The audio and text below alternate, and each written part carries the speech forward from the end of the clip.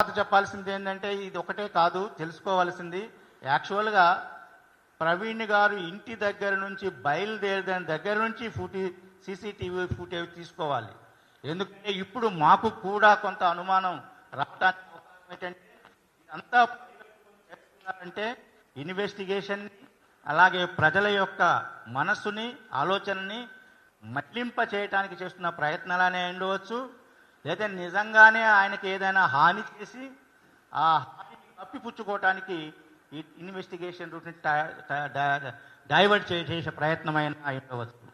కాబట్టి దీన్ని కూలంకషంగా ఇన్వెస్టిగేట్ చేయాలంటే పోలీసు వారిని మేము రిక్వెస్ట్ చేసేది ఏంటంటే ఆయన ఇంటిలో బయలుదేరిన దగ్గర నుంచి రాజమండ్రిలో ఆ యాక్సిడెంట్ స్పాట్ ఎక్కడైతే మీరు చూపిస్తున్నారో అక్కడ వరకు ఆయన ప్రయాణం చేసిన సీసీ ఫుటేజ్ అన్నీ కూడా పోలీసు వారు వారి సోర్సు ద్వారా తీసుకొని వాటిని చేసి ఆయనకు మధ్యలో ఎక్కడైనా కానీ ఏదైనా కానీ ప్రమాదం జరిగిందా, లేకపోతే ఎవరైనా ఏదైనా ఆయన్ని కొన్ని సెక్షన్లో వస్తున్నట్టుగా కిడ్నాప్ చేసి లేదా ఇంకోటి చేసి ఆయనకు హాని చేసి వేరే వ్యక్తిని ఇక్కడ పెట్టి మార్చి ఆయన డూపుగా చూపిస్తూ ఉన్నారా, దీనికి అంతటికీ ఏంటి కారణం అనేది, ఇది ఏది నిజం ఏది అబద్ధం అనేది సభ్య సమాజానికి కామన్ ప్రజలకు తెలియజేయవలసిన బాధ్యత ఇన్వెస్టిగేటింగ్ ఉందని నేను నమ్ముతా ఉన్నాను. ఎందుకంటే న్యాయం అనేది చేయటమే కాదు, న్యాయం చేస్తున్నామని చెప్పేసి చూపించడం కూడా అవసరం.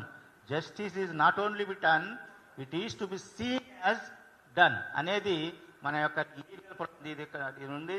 దాని ప్రకారం చేయాలని చెప్పేసి నేను కోరుతా ఉన్నాను. దీంట్లో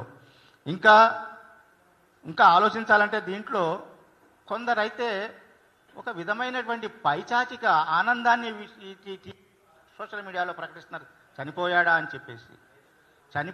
చెప్పేసి పాటలు పాడుతూ ఆనందం చేస్తూ ఆ ఆనందాన్ని వీడియోలు చేసి ఆ వీడియోలను వైరల్ చేస్తున్నారు.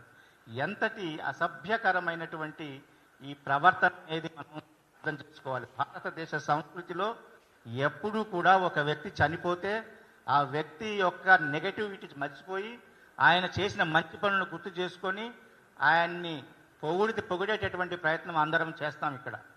అలాంటిది కాకుండా నెగటివ్గా చెప్తూ ఆయన్ని దుమ్మెత్తిపోస్తూ ఆనందం చేస్తూ పాటలు పాడుతూ ఉన్న వీడియోలను చేస్తున్నారంటే మానవత్వం ఉన్న మనిషి ఎవరు చేయవదగింది కాదు.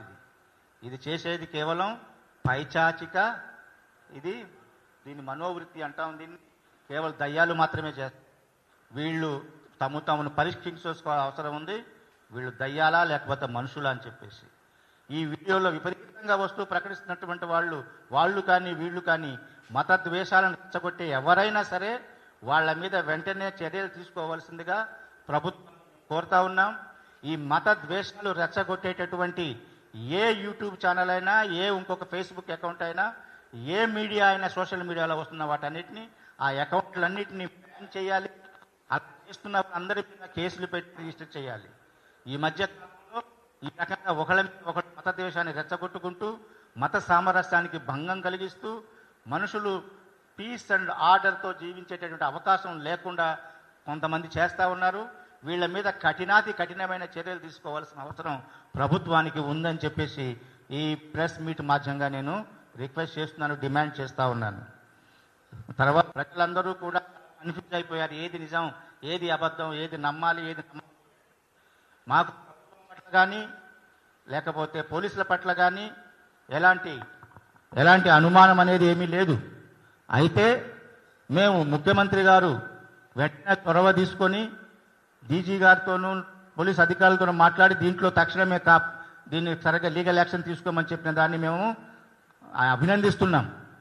అంతేకాకుండా ప్రవీణ్ పగడాల గారి శ్రీమతి నిన్నటి వీడియోలో అందరూ శాంతిగా ఉండండి, అందరూ వారి మినిస్ట్రీకి వెళ్ళండి, పోలీసులను వాళ్ళ పని చేసుకొనివ్వండి, క్షమాపణ అనేది క్రైస్తవత్వం యొక్క ముఖ్య లక్షణం, క్షమాపణే కాదు ప్రేమ అనేది కూడా ఒక ముఖ్య లక్షణం, మేము ఎవరిని ద్వేషించట్లేదు అని చెప్పేసి ఆ రోజు